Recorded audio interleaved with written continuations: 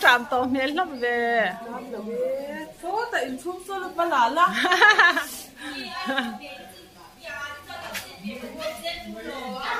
ý sang nhìn đi trạm tàu mi đi là trạm tàu em trạm lỗ mà ê thau vẫn liền không về thau vậy rồi nha em mới xoay có sinh par hạc cái tuần mi với chân nuôi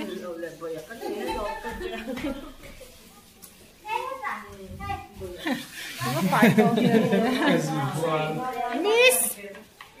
Miss gần qua anh sẽ nói về gì ai lằng bố rất là vai bố về lúc đó tôi biết cái thẻ gì anh nói tim ở bên này khỏe đâu đi thực tế bên này cần nghe thiếu thari này bị mình tin năng nghe phải mò em lấy xe đi trăm tuổi em nghe cái này đồn anh ấy mà năng đi trăm tuổi trăm về tổ thấu này anh ấy sẽ đi hà đồn này mà đi thì anh nó còn bốn về nước xe cái càng một sân trước tổ chân cái sao ôm về đi hà đồn mua sắm cô là hai đứa giờ nên tận chơi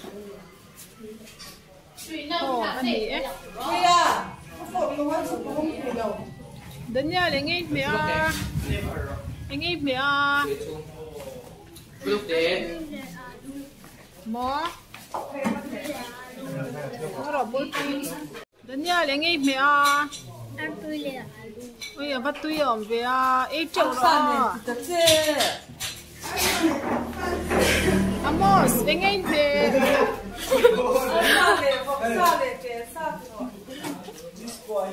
chụp mẹ các mẹ bắt đi ấy tươi em còn rong này chậm mẹ cho rong cái năng anh cả isa cái nhà này nghe mẹ về lệ alu chia ngon này em anh ấy rong bol hi nha tụi anh ấy rong bol thiam anh nha ha po ha bera với ta nha em anh đi với là wa po ha thì cái xia cái chuan năng ý hạt tôi em lâu cái chú cái bị biệt nhắm là cái gì năng cái gì chú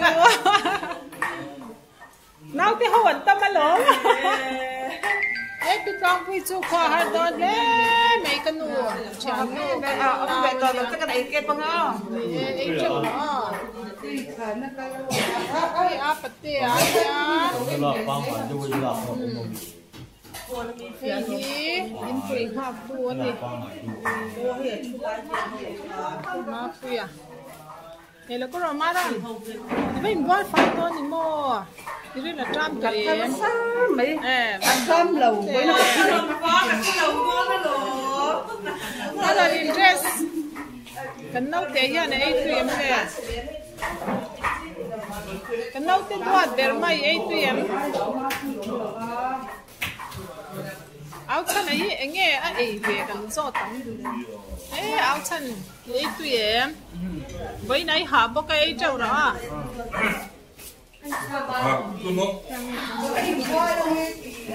ấy có thể cho nào khăn to à pin mà ông mi hay đến rồi thì này chân đón chứ đi về đón chân chia cái nem bia bằng ấy trâu đó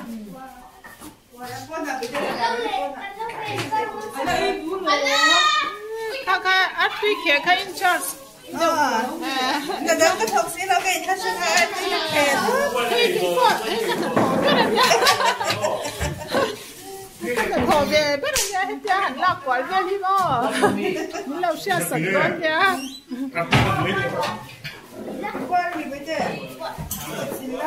bye Bye bye.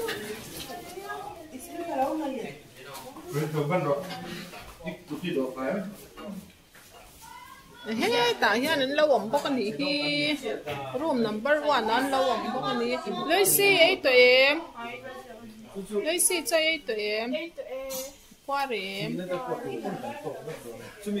anh té berin anh nghe ý bye bye tụi em tụi em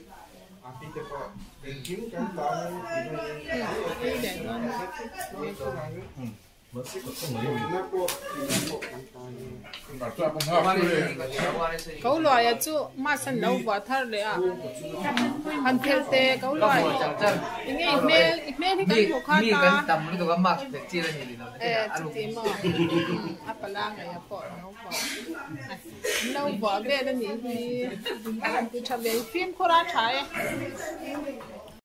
tôi pa po he ở tuy pa hi là ít dấu vết rồi là sao cả Hai tuổi đi là ít thêm thế mắc rồi.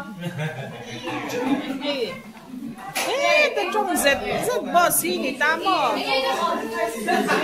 mà bỏ he ba tuần tuần mấy tapi malo mi boy involve phải to ron phe ni ka phải thiệt to chú có chạy con cắn này á lấy lấy u nào hồi tên này sáng mà thì sẽ đi theo vào những lời xưa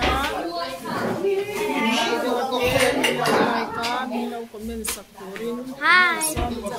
Like and subscribe. Subscribe now, now subscribe.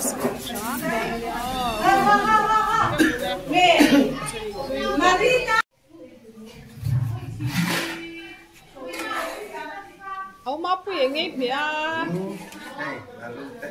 Đó là thêm về quan đâu nghe. Marina. Đi chọn tê. Ít tàu. Thì nghe hết tại vậy là ba hết trắng cũng nô lên trắng cũng ba tên anh em mẹ cả. Trắng tụ ba phải hết chú. Roll khai thiểm khai nhà mà. supply or supply or si khai ta. Ôi sao hồ Việt đó đủ xem phải đi họ xem chặt. Lúc lên chú bắt trở về. Áo đi nó mà mình tê. Mình gần surprise mà khá. Nào thì hồi anh chết sụp thì chơi nè, cái gì phải khả lắm được tôi. Cái cắn phá này. Nào thì hồi anh mi hin ổn nhỉ không có. Mani à, hai mươi phải phải khai đi mà sẽ xin đến được không ạ? Ai lại đi mà không ai lại đi nó. Thì khổ làm gì cái khổ làm gì ha? Cả một việc không sẽ chỉ được tốt. Nuôi đi. Cho nên lấy đồ ăn làm gì à?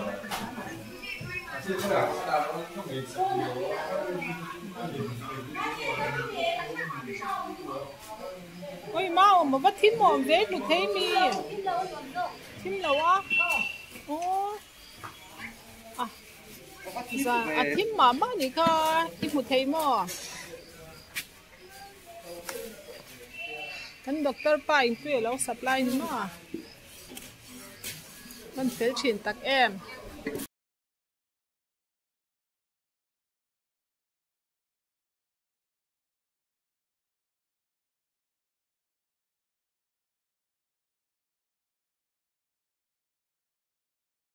Quý anh mất tiền về à?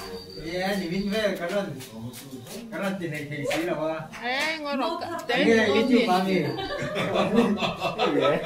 muốn là chú nghe lâu in tuồng hoa la là chính khá là in tuồng xí là wá anh tuồng đây mày in mất tiền về à? Ê mang nghe nè mang nghe nè nhá mất tiền về gắn thùng thật để dành từ quý à tú nà chẳng vai lắc lút tục mu nà Tuan Ê thằng ở bên nu mà bùi. thằng ở bên nu mà cái này chơi đâu vậy? Sủa sủa là. xem bớt nó về bên này không tệ à? Chào các bạn. Cái này lẩu em đơn nhá, căn cái đó nhá. Ini dah mana lagi?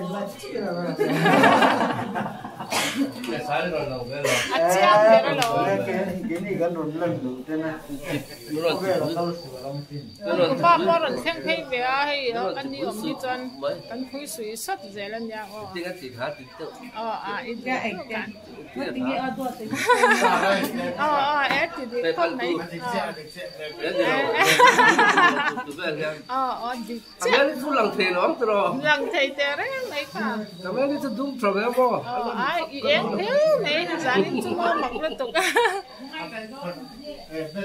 tức là mà con lâu bói lên như thế tú na ở trong cây bó chơi hiện tại đang thiếu đi đâu đi à cây trong đây không hề cây trong đây em đi à vậy ở trong hơi nhẹ đâu cây trong đây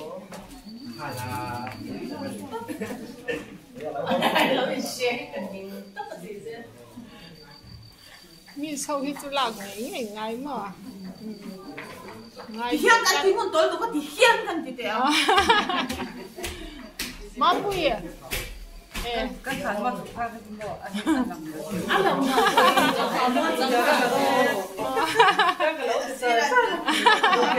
lên chân là mình lao mi không bán cho mình để đi mang mình mình